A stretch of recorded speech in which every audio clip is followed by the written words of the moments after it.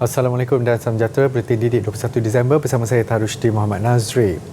17 kematian direkodkan di 3 daerah akibat banjir yang melanda Selangor sejak Jumaat lalu. Ketika mengesahkan perkara itu, Menteri Besar Datuk Seri Amiruddin Syahri berkata, setakat pagi tadi 10 mayat ditemui di daerah Kelang, 3 di Hulu Langat dan 4 di Sepang. Setakat ini 17, namun begitu daripada ke-17 kita sedang mengenal pasti punca kematian. Ada disebabkan kematian bukanlah disebabkan oleh kejadian banjir pesing. Mungkin kejadian daripada meninggal akibat kekurangan ubat dan sebagainya. Itu akan diputuskan ataupun akan dimutamatkan dalam masa terdekat. Justru bagi pihak pentadbiran kerajaan negeri, saya ingin mengucapkan takziah kepada semua mangsa dan khususnya kepada keluarga-keluarga yang kehilangan mereka yang tersayang.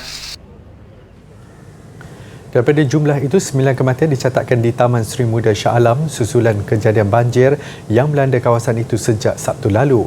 Menurut Pengarah Jabatan Bomba dan Penyelamat Malaysia JBPM Selangor, Nur Azam Khamis, semua mayat diserahkan kepada polis dan dibawa ke Hospital Shah Alam untuk tindakan selanjutnya.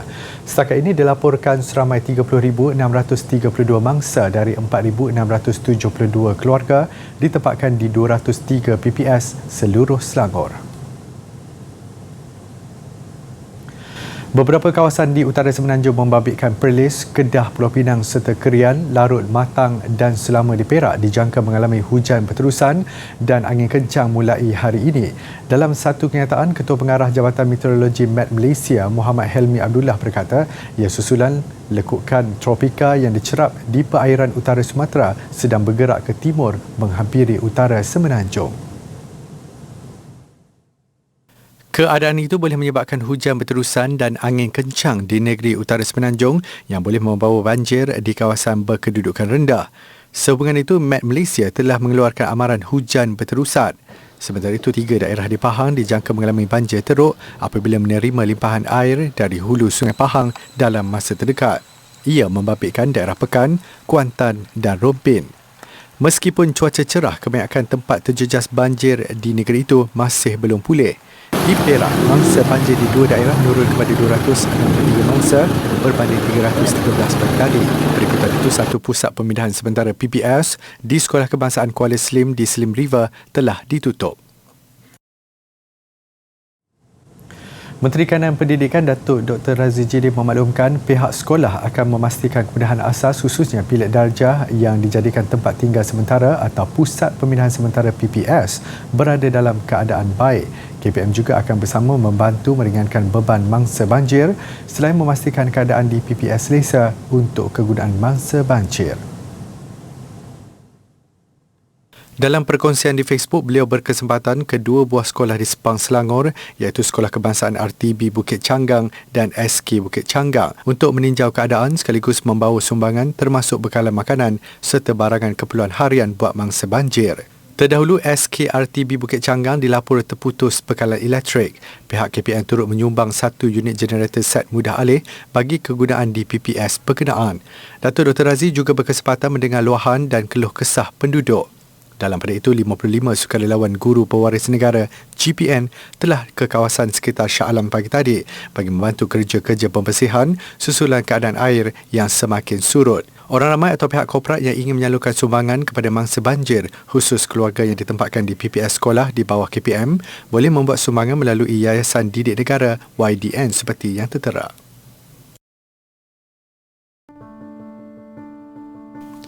Sumbangan bantuan bencana banjir.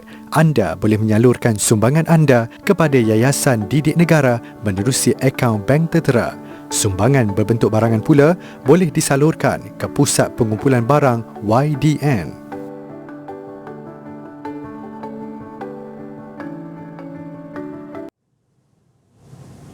Sementara itu, Bilik Gerakan Banjir Kementerian Pengajian Tinggi KPT telah diaktifkan sejak Ahad lalu bagi menyelaras penyaluran bantuan kewangan kepada pelajar yang terkesan.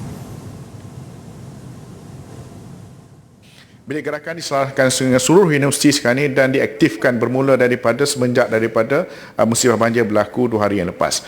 Maka dalam hal ini kita mengumpulkan data daripada setiap universiti berkenaan dengan permasalahan yang berlaku berkaitan dengan banjir inilah. So dalam konteks ini saya belum mempunyai maklumat yang terkini.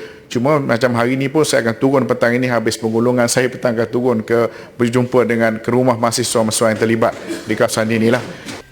Tambahnya, bilik gerakan banjir menjadi pemudah cara dalam penyaluran segera bantuan, khususnya makanan dan keperluan asas lain kepada pelajar dan kaki tangan institusi pengajar tinggi IPT. Rata-rata IPT seluruh negara sudah mengumumkan penangguhan kuliah kepada pelajarnya. Mereka turut menyertai sukarelawan Universiti Malaysia Maskum yang digerakkan bagi menyediakan khidmat sukarelawan untuk bantuan pembersihan pasca banjir.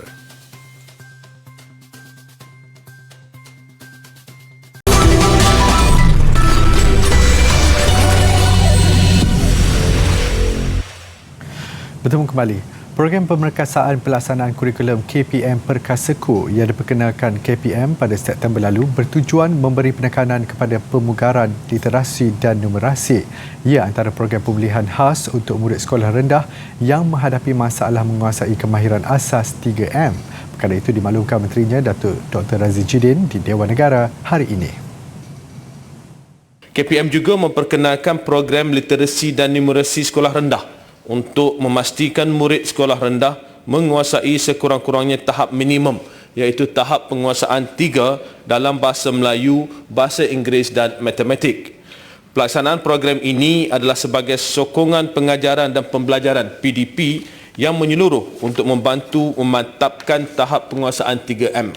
Beliau menjawab soalan Senator Datuk Bobby Swan mengenai langkah memastikan murid yang tidak dapat mengikuti kaedah pembelajaran secara dalam talian, khususnya murid tahap 1 untuk menguasai 3M dengan lebih baik.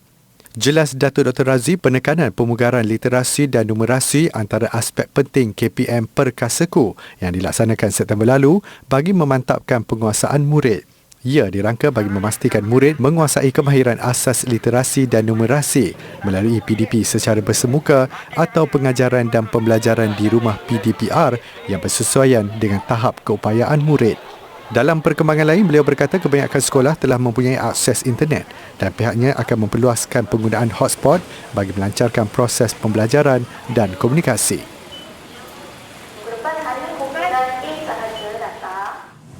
Bermula dengan kempen hindari plastik sekali guna yang dilaksanakan sejak 2017, Sekolah Jenis Kebangsaan Tamil SJKT Kanga Perlis meneruskan usaha itu dengan menerapkan budaya kita semula di sekolah. Tak siapa menyangka langkah kecil itu membawa mereka menjuarai projek kita semula sekolah rendah peringkat negeri untuk 3 tahun berturut-turut sejak 2018. Guru besarnya Cikgu Utaya Kumar Krishnan berkata perubahan yang dilakukan di sekolah itu bertujuan mendidik pelajar kepentingan menjaga kebersihan. Bagi menjayakannya, guru dan kaki tangan sekolah menjadi contoh kepada murid dalam melaksanakan amalan itu. Semua warga sekolah patuh dengan larangan penggunaan plastik di dalam kawasan sekolah. Kami beri kelonggaran untuk ibu bapa ataupun anak murid untuk bawa bekalan dengan syarat dengan bekalan. Tidak digalakkan secara berbungkus dan sampah sara itu tidak dibenarkan dibuang di tong sampah sekolah kita.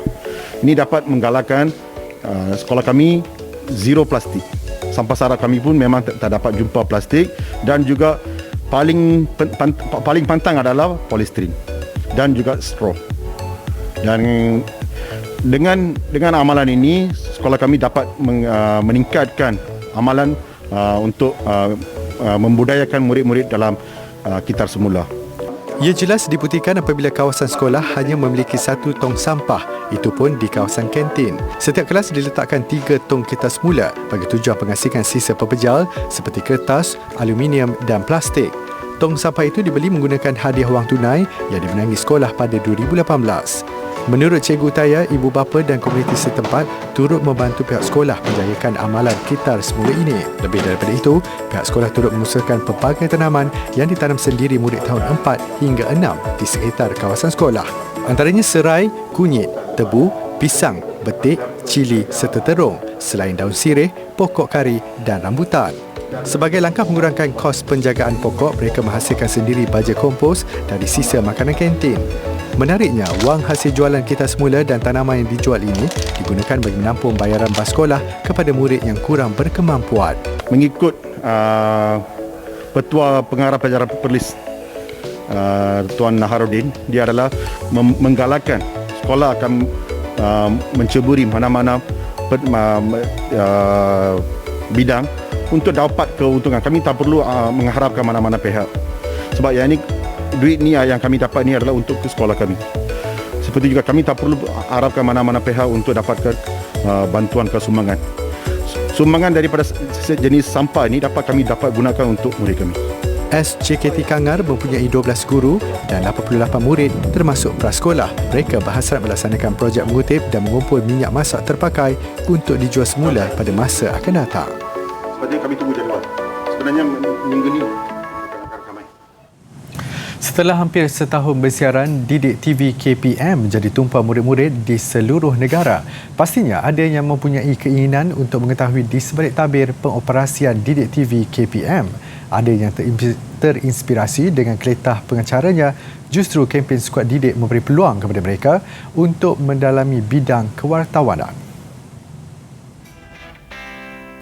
Didik TV KPM kali ini membuka peluang kepada murid berusia 7 hingga 17 tahun menimba pengalaman menjadi wartawan penyiaran muda. Menurut Pengurus Besar Didik TV KPM NTV7, Emilia Abdul Rahim, menerusi kempen Skuad Didik, peserta diberi peluang pendedahan awal tentang bidang kewartawanan. Kami berharap bengkel Skuad Didik ini dapat memberi pendedahan kepada para peserta tentang bidang penyiaran dan kewartawanan. Dalam pada itu juga kami berharap dapat membantu mereka membina sahsiah diri, keyakinan diri dan memperbaiki komunikasi mereka dengan rakan-rakan sekeliling. Kempen Skuad Didik berlangsung dari 26 November hingga 21 Disember, bermula dengan penghantaran video cabaran menerusi TikTok rasmi Didik TV Official atau Instagram NTV7 Malaysia. Menurut Emilia, lebih 176 penyertaan diterima dan 10 finalis dipilih menyertai bengkel latihan di Didik TV KPM. Sepanjang bengkel, peserta turut diberikan tugasan untuk merebut peluang bergelar juara. Umar Amirul Syakul Muhammad Haikal, 10 tahun, pelajar SK Puncak Alam 2, dipilih sebagai juara Skuad Didik susulan ketangkasan dan keyakinannya dalam melaksanakan tugasan. Saya belajar hari ini macam mana nak jadi wartawan, macam mana nak cakap dengan lebih baik, dan saya dapat tengoklah semua belakang tabir semua macam mana diorang buat. Diorang tekan kamera 2, kamera 3, main kamera semua. Tempat kedua dimenangi pelajar SMK Tuh Indra Wangsa Ahmad, Batu Gajah Perak, Muhammad Ashraf Ikwan Razali. Dia mengakui Skuad Didik memberinya inspirasi untuk berkomunikasi dengan lebih baik. Saya akan jadikan inspirasi sebab cita-cita saya adalah doktor dan saya akan buat part time dalam bidang pengacaraan, wartawan penyiaran, dan saya juga akan terjun dalam bidang voice over. Sementara pelajar SMK Muhammad Khalid Johor Bahru, Syed Ali Syed Abdul Rahman memenangi tempat ketiga. Menurutnya, ilmu yang diperoleh sepanjang bengkel latihan Skuad Didik amat berharga dan dapat dimanfaatkan kelak. Apa yang penting sekarang ialah saya dapat ilmu dan peluang apabila saya menyertai Skuad Didik. Kita tahu Didik TV KPM menyediakan platform untuk murid daripada prasekolah sampai pra-universiti, menyediakan video-video pelajaran daripada cikgu-cikgu seluruh Malaysia. Jadi saya rasa saya amat berterima kasih kerana diberi peluang oleh Didik TV untuk menimba ilmu dan menyerlahkan lagi bakat saya, terutama dalam fokus mereka iaitu bidang kewartawanan. Sebagai juara, Umar membawa pulang wang tunai berjumlah RM1,500. Tempat kedua menerima wang tunai RM1,000 dan tempat ketiga RM500.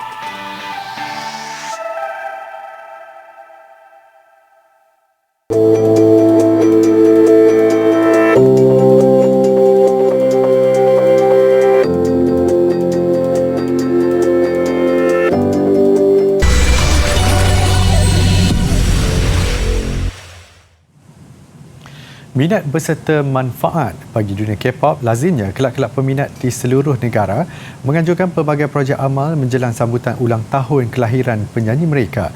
Tidak ketinggalan sekumpulan peminat anggota BTS V di Malaysia. V terkenal dengan sifatnya sebagai seorang pencinta haiwan, khususnya harimau, malah sering menggunakan emoji harimau untuk menggambarkan dirinya. Justru mereka menganjurkan projek pengambilan harimau sebagai haiwan angkat dari zoo negara. Menerusi projek terbabit, segala penjagaan harimau Benggala itu ditanggung oleh mereka. Harimau Benggala dikategorikan sebagai spesies terancam dan projek sebegini mampu membantu memelihara spesies berkenaan daripada pupus. Kreativiti sebahagian penduduk di Thailand apabila menggunakan plastik besar untuk membungkus kereta. Ya, sebagai persediaan awal sekiranya berlaku banjir dan mengelakkan kereta rosak akibat ditenggelami air bah. Plastik yang membungkus kereta akan diikat menggunakan tali pada tempat yang kukuh. Idea ini menarik perhatian ramai, namun keberkesanannya tidak dinyatakan dengan jelas. Siapa sangka platform e-dagang sudah lama menjual flat car bag. Setidaknya langkah kecemasan dapat menyelamatkan kereta atau pengangkutan utama. Persediaan yang dilakukan bergantung kepada tempoh masa yang ada ketika berdepan cuaca tidak menentu. Pembungkusan plastik seperti ini diharapkan membantu penduduk daripada menanggung kerugian besar.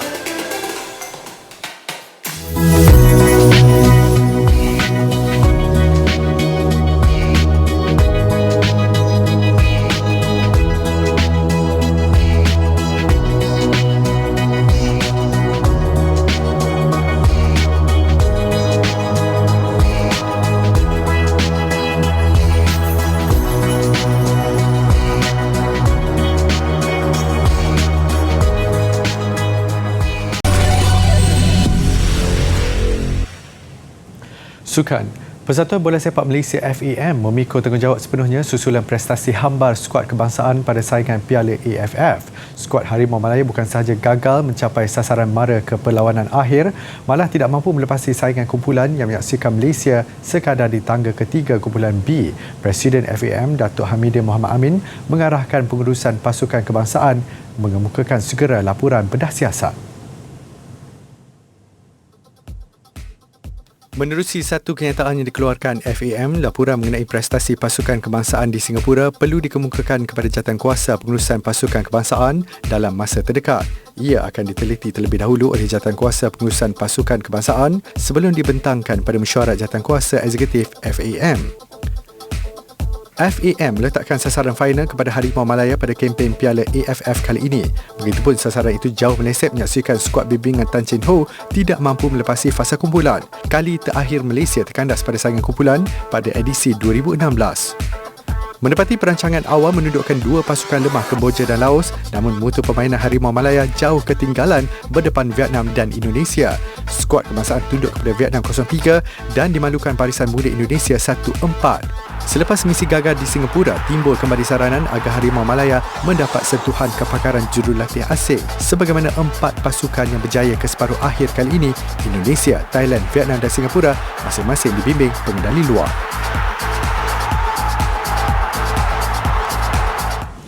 Kejayaan pemain kelahiran Malaysia Loh Ken Yew yang mewakili Singapura menjuarai kejohanan badminton dunia 2021 menimbulkan persoalan bagaimanakah Persatuan Badminton Malaysia BAM terlepas pandang bakat yang dimiliki olehnya. Gelaran juara kejohanan dunia antara yang masih gagal diraih pemain badminton negara selain pingat emas sukan Olimpik. Memperincikan kenyataannya, wake up call itu perlu diambil dari sudut positif sambil menyifatkan Malaysia tidak bernasib baik pada kejohanan yang berlangsung di Huelva, Spanyol yang menyaksikan Loh Ken Yew, pemain ranking ke-22 dunia kelahiran Pulau Pinang, muncul juara menundukkan pemain India K. Srikanth. Jika tidak mengalami kecederaan sehingga menarik diri, Lee Zijia dijangka mampu menundukkan pemain Denmark Anders Andersen dan akan menentang Ken Yew pada separuh akhir. Namun agak mengherankan apabila BAM seolah baru tersedar aspek kebergantungan kepada pemain sama. Seperti Zijia, peregu lelaki Aaron Chia, So Hui Yi dan gandingan wanita Pearly Tan M. Tina perlu diberi perhatian serius. Hakikatnya itulah senario badminton negara sebagaimana kebergantungan yang melampau terhadap Datuk Lee Chong Wei pada eranya tanpa pemain pelapis yang setanding. Selain mahu jawatankuasa kejurulatihan dan latihan CNT mengatasi perkara itu, jawatankuasa yang dipengerusikan Setiausaha Agung BAM Datuk Kenny Goh juga mempunyai tugas berat selepas ini untuk mengenal pasti kelemahan yang perlu diperbaiki segera menjelang saingan musim 2022. Misi BAM kini merangka pendekatan lebih mantap dan agresif seterusnya memperkasakan persediaan untuk Sukan Olimpik Paris 2024. Dalam perkembangan lain, Majlis Olimpik Malaysia MOM tidak bersetuju dengan penetapan baharu Majlis Sukan Negara MSN berhubung kedudukan atlet dalam program latihan sepenuh masa bermula tahun depan. Jelas Presiden MOM Tan Sri Muhammad Nurza Zakaria perkara itu perlu dilihat secara keseluruhan sebelum proses pembinaan semula sukan negara yang terjejas pasca pandemik COVID-19 dibuat. Beliau menegaskan amat penting untuk semua atlet diberi peluang kembali dan bertanding selepas krisis pandemik ini sebelum mereka dinilai MSN. MSN telah menetapkan pencapaian peringkat kejohanan tertinggi sejak 2019 sebagai petunjuk prestasi utama KPI bagi membolehkan atlet kekal dalam program latihan kendaliannya bermula 2022. Ia susulan tiadanya peruntukan khusus untuk meneruskan program podium yang berakhir sebaik tamat Tamasya Sukan Olimpik dan Sukan Paralimpik Tokyo 2020. Hanya 288 atlet akan dikekalkan bagi latihan penuh menghadapi Sukan Si Hanoi di Vietnam, Sukan Commonwealth di Birmingham dan Sukan Asia serta Sukan Para Asia di Hangzhou, China. Bagi MOM, Kementerian Belia dan Sukan dan MSN harus mendapatkan lebih peruntukan bagi memastikan program podium yang dimulakan pada 2015 dapat diteruskan sebagai medium penting dalam pembangunan atlet elit negara. Difahamkan lebih 550 atlet termasuk atlet para berada dalam program podium sebelum ini.